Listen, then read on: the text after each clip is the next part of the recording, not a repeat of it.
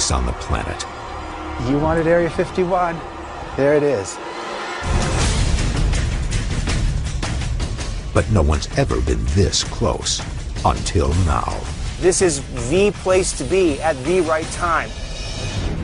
What is the government hiding inside? Is it secret weapons or extraterrestrial technology? We're taking it apart to figure out how it works. And what happens when people venture too far? We actually had to jump into the car to protect ourselves. Now, declassified information, inside accounts, revelations from former CIA pilots. I saw a flying saucer. And a groundbreaking look at the base with state-of-the-art equipment. We're getting images of Area 51 in high definition, the likes of which people have never seen before.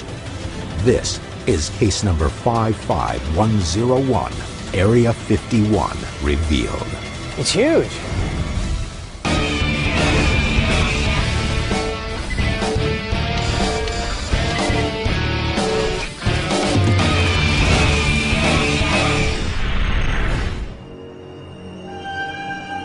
October 2008. Pat Uskert is in the remote Nevada desert, 15 miles from Area 51. Is that them?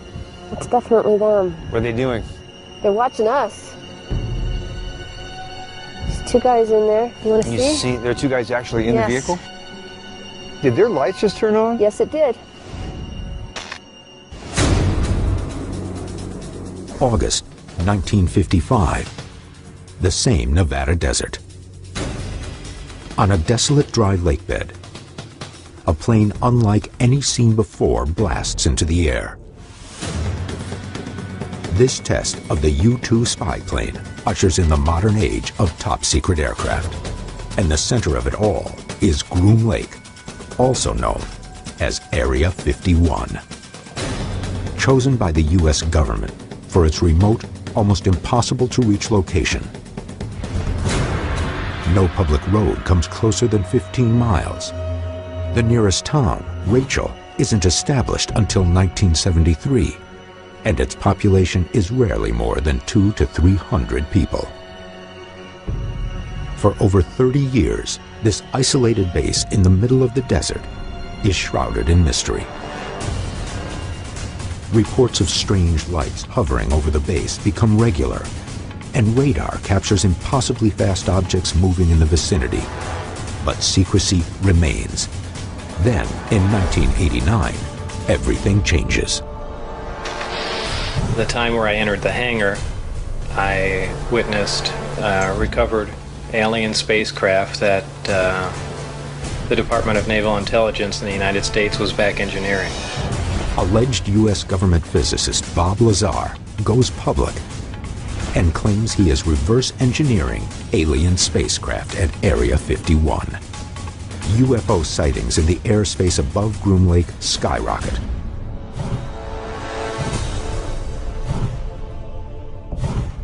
But the base remains closed off. An outer perimeter of at least 15 miles prevents anyone from seeing the installation. People who try to cross the perimeter are chased off, face arrest, and are warned that deadly force for trespassers is authorized. But now, using new high-definition cameras, there may be a way in. We're only a few miles away from the beating heart central of Area 51. It's almost a nation unto itself, with its own staff, personnel, its own resources. Programs are actually ongoing today with new vehicles that we don't even know about yet. Today, the U.S. government has not officially acknowledged the existence of a base called Area 51, let alone admitted to extraterrestrial experimentation. The investigation now comes to the remote desert of Nevada for answers. Dr. Ted Ackworth will explore the official military history of the base. There has been a progression of the most advanced, the most clandestine vehicles developed here over the last 40 years. Bill Burns will look into the allegations of reverse engineering. The more we get into this story, the bigger and the deeper it gets. And Pat Uskert will attempt to see the base itself. Here's a chance to have a look into one of the most secret places in the world.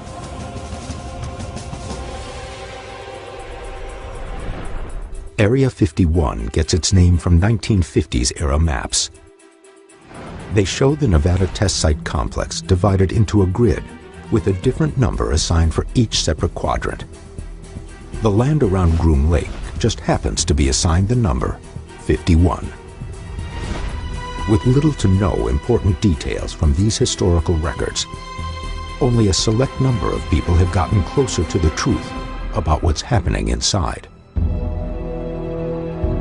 I'm about to meet with Peter Merlin. He's an aeronautical historian and something of an expert on Area 51. Peter Merlin is a member of the Nevada Test Site Historical Foundation. He has interviewed dozens of Area 51 employees and has studied some of the top secret base's declassified documents and formerly illegal satellite images. Now, the base was first opened around 1955, is that right? It was established in 1955 by the Central Intelligence Agency. The U-2 spy plane was highly classified, and they needed a place to test it outside of the public eye. Engineers initially choose Groom Lake, an enormous dry lakebed, because of the possibility for a 20,000-foot natural runway.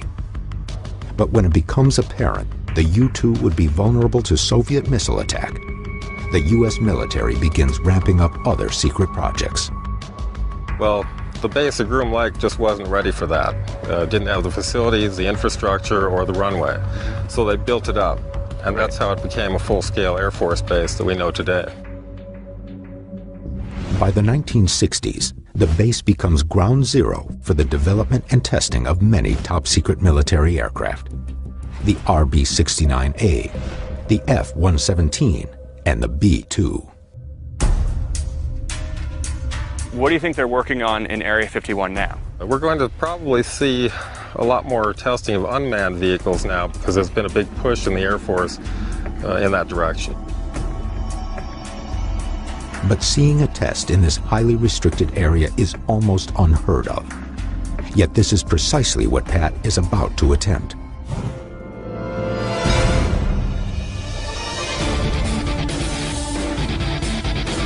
Pat is meeting with Mark Farmer, an aerial combat cameraman and Area 51 expert. He is taking Pat to view an undisclosed flight path that few have ever been to.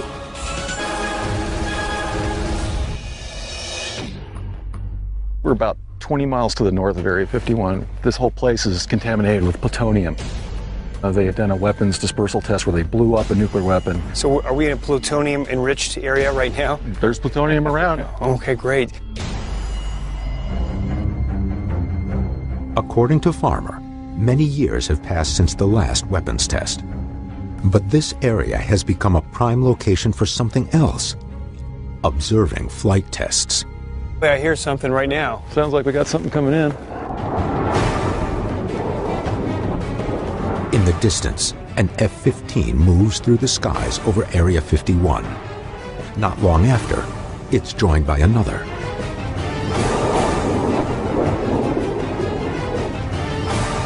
The military may have been alerted to the investigation's presence. Do you think we are being watched? And certainly electronically surveilled. An unknown number of sensors that collect visual and audio data are scattered all across this area of the desert. How would they be monitoring us? School of techniques called electronic support measures, which basically are sucking up just electromagnetic emanations. And we have wireless microphones on right now. We have cell phones, we have walkie-talkies. We've been blasting out all sorts of stuff, so it's very easy for them to pick up. The F-15s make a couple of passes, but soon disappear from sight. No further activity takes place. With the base most likely aware of their presence, Mark and Pat realize they're not going to see any further flights. It's their job to keep that place secret, so of course they're going to do what they got to do. No one knows this better than Bob Lazar, who after years of ridicule drops out of the public eye. But the man who originally broke the story, George Knapp, is still pursuing the facts. Knapp currently works for KLAS-TV, the CBS affiliate in Las Vegas, Nevada. George Knapp broke the Bob Lazar story. George Knapp broke the Area 51 story. In Knapp's report from November 1989, Lazar claims to be reverse engineering extraterrestrial flying saucers at a place called S4 in the Area 51 complex. But proof of Lazar's employment at S4 and at Los Alamos National Laboratory, where he reportedly worked prior to Area 51, seems to disappear. He claims his identity is being erased, and many dismiss him as a fraud. But Knapp finds something shocking in the Los Alamos lab records. We called the lab. They said, no, he wasn't here. We don't have any record of him. And then we found the lab phone book with his name in it. I called him back. I said, well, there it is. Ah, well, we still don't have any records. Was the government trying to hide that Lazar had ever been working at Area 51?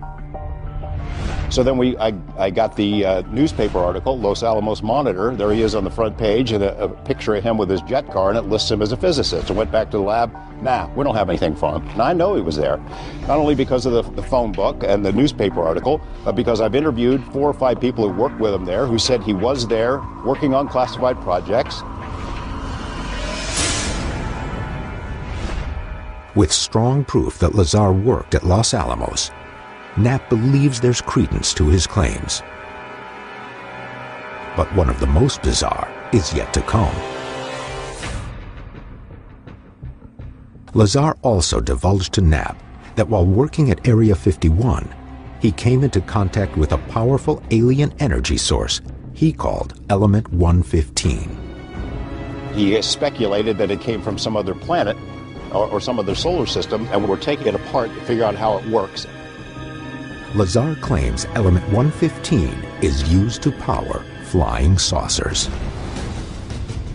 The key for me was always, did he work at Los Alamos lab? Because if he wasn't working there in a classified position in scientific and technical job capabilities, then it's at least conceivable he could have worked at a place called Area 51. Do you believe Bob Lazar's story? I do. Now, a former CIA pilot is about to confirm Lazar's story and steps forward with a shocking sighting of his own. Just a few minutes ago, we saw one of the government extraterrestrial UFOs. In 1989, alleged government physicist Bob Lazar tells the world he's been reverse engineering extraterrestrial flying saucers at Area 51. Lazar also claims the flying saucers he worked on are powered by a strange alien energy source called Element 115. But the secrecy surrounding the base keeps anyone from verifying these claims. Stories of elite security forces keeping the curious away begin to surface. And Pat is about to see just how intimidating these defenses really are. I'm about to meet with author Susan Wright, who wrote a book about Area 51. Now, she had a very scary experience just outside the perimeter of Area 51. Pat and Susan are driving 125 miles north from Las Vegas. They're now at the intersection of Highway 375 and a dirt road that leads directly into the base at Groom Lake. So what road are we on? This is the Groom Lake Road, and this actually goes to the front entrance of Area 51. The last time Susan was at the perimeter was in 1997. It was an experience she won't soon forget. The military really controls this area, and they try to be very intimidating to scare people away. So what did you experience? Well, when we went down this road, we went all the way to the border of Area 51, and we saw the camo dudes. Camo Dudes is the nickname given to Area 51 roving security guards who wear camouflaged uniforms. They were blocking the road so we couldn't get in any further. And we pulled back to the next series of buttes. We got out of the car, and a helicopter just rose out of nowhere. It was like no sound, no warning, So suddenly the helicopter was, boom, right there in front of us. Like how close? Like 40 feet away. We actually had to jump into the car to protect ourselves. It's very frightening, it's very intimidating, and obviously that's what they meant to do. They wanted to scare us away from the area. Why would a military base be engaging in scare tactics towards curious civilians? The answer could lie in what they're testing. As Susan and Pat continue driving toward Area 51, Bill is uncovering new information about the purported function of Element 115 from a man who Bob Lazar confided in. His name is John Lear. John's father invented the Learjet. John himself is an accomplished pilot. He worked for the CIA, had a very high security clearance. Lear retired with more than 19,000 hours of flight time. He holds the most FAA airman certificates ever earned by a single pilot. But his entire life changed when he developed a close personal friendship with Bob Lazar back in the late 1980s. According to Lear, Lazar used to take him on late-night excursions to the outskirts of Area 51 to watch flying saucer tests. You saw a flying saucer at Area 51. No doubt about it. I saw a flying saucer. It was radiating yellow and gold. Bob Lazar told me when it was going to be there, and it was there. In never-before-seen home video from March 22, 1989, John Lear is shown here on the perimeter of Area 51, also referred to as Groom Lake. The voice of the man holding the camera is Bob Lazar. We're standing just about 8 miles due east of Groom Lake, Nevada, the super government secret test site. And just a few minutes ago, we saw one of the government extraterrestrial UFOs fly over there. We all watched it for about 7 or 8 minutes. The mission was organized tonight by Bob Lazar, who is a theoretical physicist who works at Groom Lake. And is also a dead man at this point. Lear also claims Lazar gave him detailed accounts of the work he was doing. He was trying to back engineer the exact actual engine that propelled this craft hundreds of thousands of light years away. Lear references a model of a reactor, which he claims is the key to the flying saucer's energy source. You take the cap off here, and the fuel that propels this thing is a piece of element 115. Bob said that we have 500 pounds of this stuff at Los Alamos. They shoot protons into the tip of that element 115 right there. Yeah. And what it does is it bumps it up to 116, and it instantaneously decays. The number 115 represents how many protons are in the element's atomic nucleus. Lazar claims bombarding element 115 with additional protons raises the number to 116. But the new creation is unstable and quickly breaks apart, releasing enormous amounts of energy. The entire process, according to Lazar, enables flying saucers to break conventional laws of gravity and travel at incredible speeds. Here is our saucer, here is space. What they can do is pull space towards them and wrap it around the craft. That's what enables them to travel through space at, hundreds of light years. While most scientists dispute Lazar's claims about the physics of element 115, John Lear and Bob Lazar contend that it's only beginning to be understood. For anybody who thinks that flying saucers are a myth, a delusion, a hoax, John confirmed everything. John was deeper inside than anybody has ever been, except for Bob Lazar. The activities inside Area 51 may be out of view, but at the perimeter, the operation is all too public. Pat and Susan are now at the northeast corner of the restricted area when they notice they are not alone. There you go, right there. Camo dudes on that hill.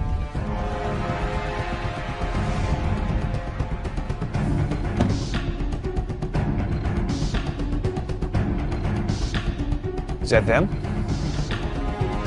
It's definitely them. What are they doing? They're watching us. There's two guys in there. You want to You see? see, there are two guys actually in the vehicle? Did their lights just turn on? Yes, it did. I was wondering if there was anyone in the car. Right. And they sort of turn on their lights to respond to that. In the distance, surveillance units are monitoring both video and audio in the area. And see, you can see the sensors right there, keeping an eye on us. Despite being tracked, Pat and Susan continue on to the perimeter. You can see there's a new sign they've put over the old one. The old signs had, violators will be shot, which was a little intense. Wow. And so now they've got these signs. Well, what's this one say? Warning, U.S. Air Force installation. It is unlawful to enter this area without permission of the installation commander. All personnel and the property under their control are subject to search. Wow.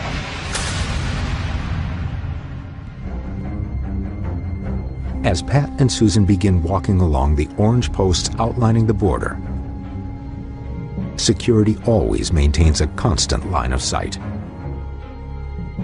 Well, they reposition themselves so they can see better exactly what we're doing. They want to see where we're going to go and what exactly we're going to do. They're watching us right now. Yeah, they probably have binoculars trained on us right now. I'd like to get out of here. Okay. Can we go? We can go.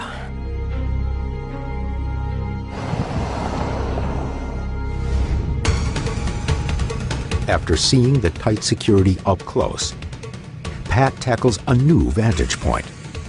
But this one involves a treacherous hike up a steep 8,000-foot peak that will finally reveal Area 51. We're getting images of Area 51 in high definition, the likes of which people have never seen before. For years, the secrets of Area 51 have mystified UFO and military researchers alike.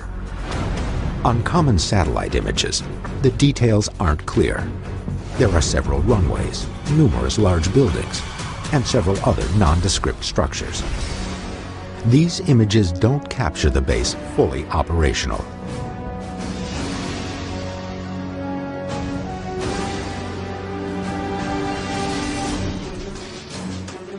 "22 miles off-road from the nearest town,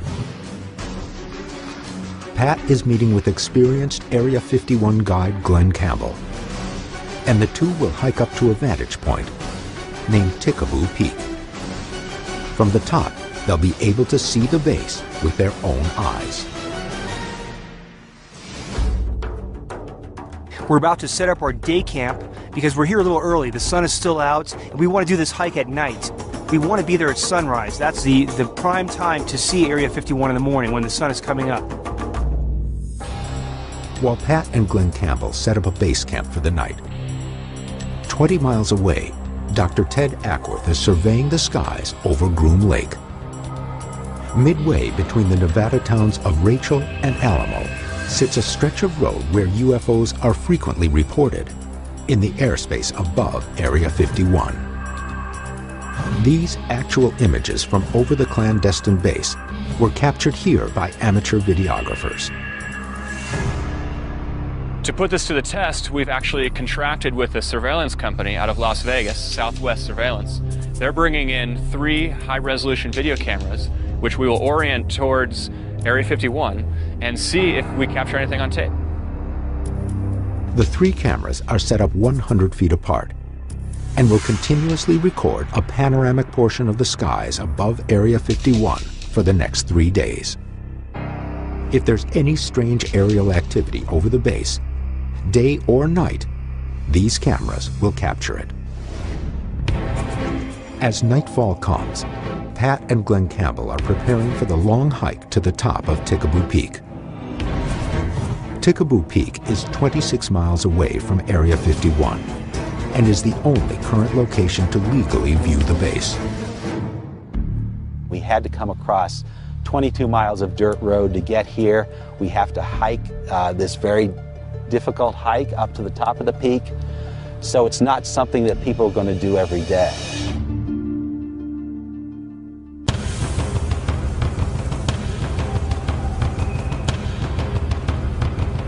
It's midnight. I'm here at the base of Tikaboo Peak at about 6,900 feet. The air is very dry, and I'm already feeling the altitude a little bit. Though the hike is only a mile in distance, it requires a 1,000-foot ascent over steep and treacherous terrain. Pat and Glenn must often crawl on their hands and knees through scree, a combination of loose rock and dirt. We've been hiking for a while now. The incline is steep at certain points, so this is not easy. For those who are attempting this, you have to be an experienced climber. This is not for beginners. You could easily fall to your death here.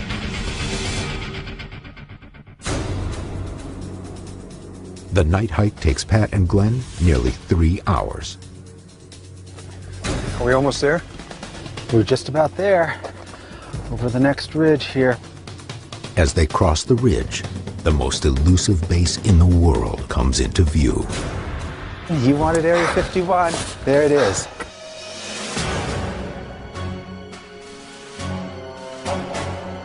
Oh my gosh. It's huge.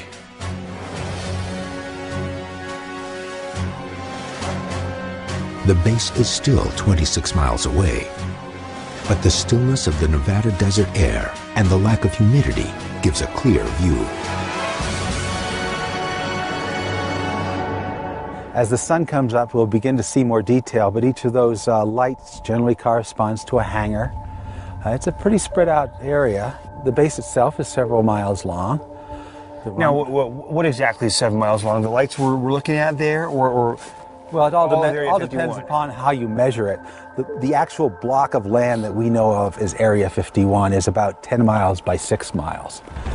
So that block isn't terribly big, but it's surrounded by all this buffer of military land. So it's really a vast area. This whole military complex is about the size of the state of Connecticut and the state of Rhode Island combined. So it's huge. As the sun begins to rise, these close-up, high-definition views of the most secret base in U.S. history are a television first.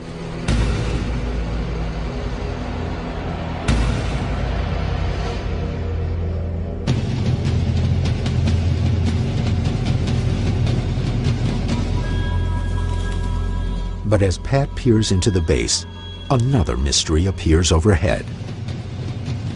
Unmarked jets. These flights are rumored to transport workers into Area 51, and their jobs at Area 51 are unknown. I see a plane coming in. Does it have that red stripe down the side? It looks like it. White with a red stripe down the windows. That's the one. It's bringing the workers in. The workers all come up from Las Vegas and fly on those 737 jets. It's like a scheduled airline. They come in on a regular basis. This early in the morning, they're going to be coming in every half hour.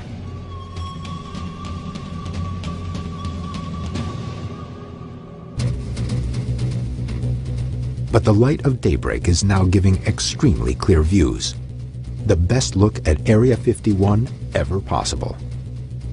Taking these images requires equipment beyond the scope of a normal film shoot.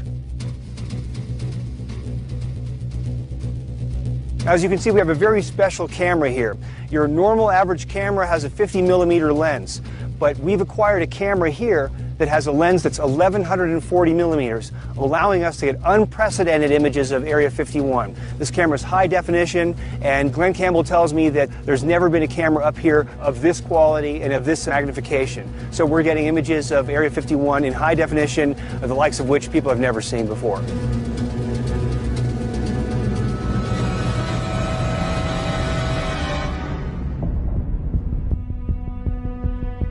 The camera reveals a giant runway and a string of buildings that make up the bulk of Area 51. These inconspicuously positioned hangars, offices, and airstrips in the middle of the Nevada desert are an enigma. But the biggest mystery of all is this giant hangar, which has only recently been constructed. I've run out of adjectives. I can say amazing, fantastic, incredible, but they all don't seem to encapsulate the experience. I mean, for someone investigating UFOs, this is the place to be at the right time.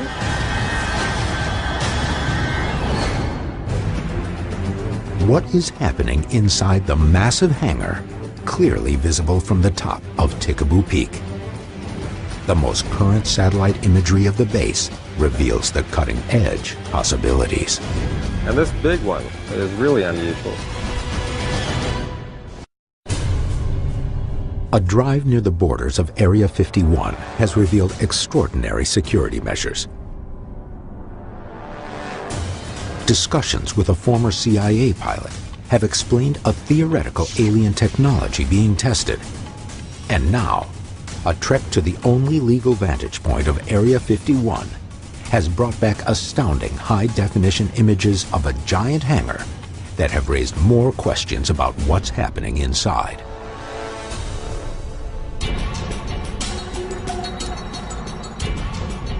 Ted turns to the most current satellite imagery of the base with aeronautical historian Peter Merlin.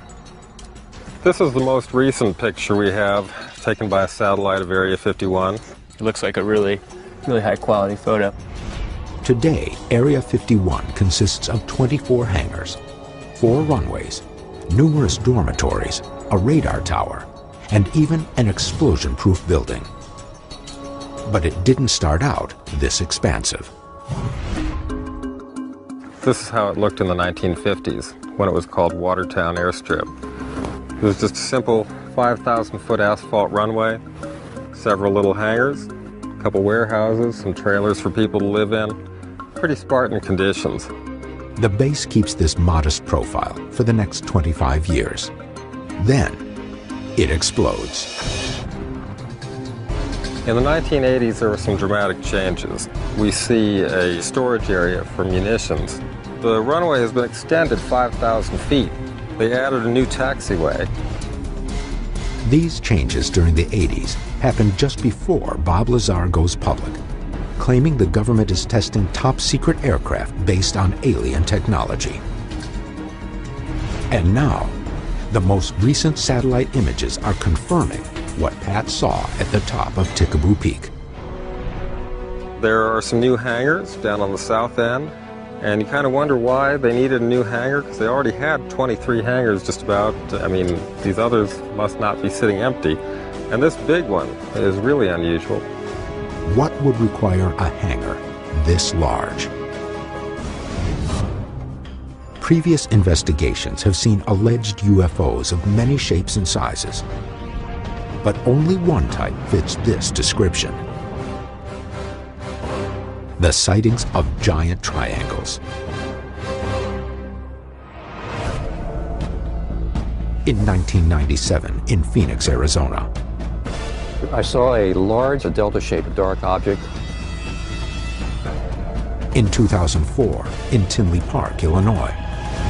I got it on tape! I got it! And as recently as 2008 in Wales in the United Kingdom. I looked straight into the sky and I saw these strange triangular formations. A possible military explanation. The stealth blimp has been raised, but the government denies its existence, and many experts ask how it could be hidden from the public. Disinformation, misinformation program, that's how we keep things secret. They may never be revealed. But the investigation may have just found its answer inside Area 51. Is this hangar proof of an emerging top-secret technology responsible for UFO sightings over the past decade?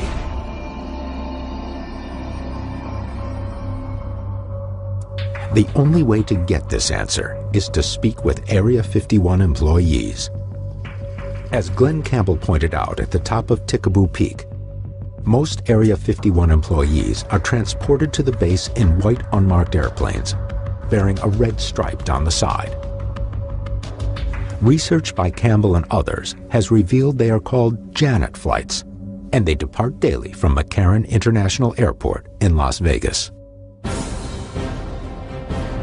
Pat and Glenn are attempting to track these anonymous Janet flights from the ground, while Bill and Mark Farmer are observing the Janet flights from the 18th floor of the Tropicana Hotel, one of the only locations in Las Vegas that provides an actual view of the Janet flight terminal. Mark is going to track the numbers of the flights that we think are Janet flights. Then we're going to run them on the FAA database and see who owns these planes. Circling the perimeter of McCarran International Airport, Pat and Glenn search for a line of sight. Now, what does Janet actually stand for? There's various acronyms. It could be Joint Army Navy Transport is one possible acronym, but no one knows for sure what Janet means. It's just a call sign. These actual tower tapes from McCarran Airport confirm the use of the Janet call sign. Las Vegas, Purge Janet 721. Purge Janet 21015. So these are the same jets we saw from Tikaboo Peak. The same ones. They left Las Vegas 20 minutes before, and then they're up at Area 51. So this is their daily commute. We're seeing the planes take off here, they land in Area 51. Every secret base has to have some connections to the outside world, and this is a major connection right here. Back in the hotel, Bill and Mark are tracking departing Janet flights and noting each plane's tail number. Okay, the one that's loading right now is November 5177 Charlie. Running Janet flight tail numbers on the Federal Aviation Administration's flight database website confirms the government's investment in the airline. 6662 Bravo Alpha. It is registered to the United States government. So what's going on here? You were just driving around the airport and you looked over there, you wouldn't think anything of this facility. If you look a little closer, you see the barbed wire, you see the guard shack, you see that there's no markings on the building. It's hiding in plain sight is what it is. Getting Area 51 employees to speak publicly is nearly impossible. But Bill Burns has managed to track one down. The time we were out there, we were non-existent. The 1980s drew intense public scrutiny to Area 51, which physicist Bob Lazar claimed was reverse engineering alien technology for advanced military capabilities. Lazar has fallen out of the public eye in recent years and rarely speaks about his experiences. But new looks at the base have revealed the potential for something massive in development. And now, Bill has managed to track down a former employee of the top secret base. I'm meeting with T.D. Barnes, a former engineer at Area 51. T.D. Barnes is employed at Area 51 from 1968 to 1972 as an electrical engineer. He's crucial in the development of numerous top-secret aircraft that have since been declassified, like the A-12 and the F-117. According to him, the true identity of each and every Area 51 engineer is kept secret while working at the base. We did have pseudo names, had code names, so the time we were out there, there's no really record. We were non-existent. Barnes's description may help validate the claims of Bob Lazar, who was never able to produce any form of proof he was ever employed at Area 51. And according to Barnes, security was so tight, individual engineers weren't allowed access to projects other than their own. There were times when something would be going on outdoors that none of us needed to see. And we would go to the mess hall and they'd pull blackout curtains and we'd sit there for 3 hours. If any strange technology was being tested, if you weren't a part of the program, you didn't see it. What do you know about UFOs and reverse engineering taking place? None of us ever knew of any of that going on. I'm not saying it didn't happen. So it might have been feasible for some kind of reverse engineering project to be going on there, is that of course you wouldn't know about. Wouldn't know about it. And you know, anything like that would be possible. The possibility exists that they could have been flying some extraterrestrial spacecraft over the base. Everybody's huddled in the mess hall. All the shades are drawn. You'd never see it. That's how compartmentalized and secret life was at Area 51. But are Lazar's claims of UFO test flights true? On the outskirts of Area 51, the 3 high-resolution surveillance cameras Ted set up are capturing some unexplained aerial phenomenon. The cameras were recording continuously for 3 days. And now, Ted and image analyst Terrence Masson are taking a closer look at the footage. On the first night, at 10:39 p.m., this strange light is seen appearing in the middle of the night sky over Area 51 and descending quickly behind the mountains. For it to be that bright, I don't think it's lighting. I think it's got to be some sort of propulsion system or jet. Can we overlay the daylight shot that has the terrain and the mountains with the nighttime shot? Terrence combines the 2 images and is surprised by what he finds. We can crossfade between the 2 of these, and we can see that as this thing approaches the horizon, just before it blinks out, it's actually a good bit above the horizon line, above the mountain line. So it's not getting cut off exactly as it falls behind the ridge line. Whatever was captured on camera seems to be blinking off. Where it ends up there is pretty close to the beginning of the approach for the runway to Area 51. Right. Well, let's see if we can get an estimate of the speed of that. Ted uses the known distance between the camera and Area 51, about 15 miles, as well as the height and distance to the mountains in the foreground, to estimate the speed of the object. How much distance on the frame is the object falling compared to the height of the mountain range? It's roughly about twice the relative height of the mountain range off the ground. If it's dropping over Area 51, we're seeing it travel about 10,000 feet in about 2.2 seconds. That's about 3,600 miles per hour. That's pretty fast. That's pretty fast. 3,600 miles per hour. This is faster than any of our aircraft. If it's further away than that, if it's beyond Area 51, say 20 or 30 more miles away, it's going at extremely high speeds that would only be consistent with a meteorite. This wouldn't be consistent, in my experience, with a meteorite, with this kind of visual data, right? Because it would be going way too slow. Yeah. Everybody's seen shooting stars, meteorites. It would fill that whole frame a streak in a right across fraction of a frame. second. The only manned aircraft to travel at speeds of this magnitude was the X-15, which was able to break speeds over 4,500 miles per hour. But that aircraft's final flight was October 24th, 1968. No publicly known aircraft has reported speeds like that since. It stumps us, so we're kind of left with a mystery.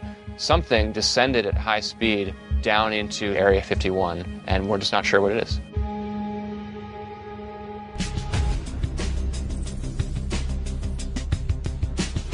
We've driven around this place, we've tried to look inside. What we have here is ultimate secrecy. Area 51 is fact, it's not fiction. It's been here since 1955. While the facility itself has never been secret, what happens in the facility has always been extremely top secret. After everything else is eliminated, what is the big secret of Area 51? Are the saucers still out there in those mountains? What are they hiding? What's there? The closest looks at Area 51 prove that the base is still active.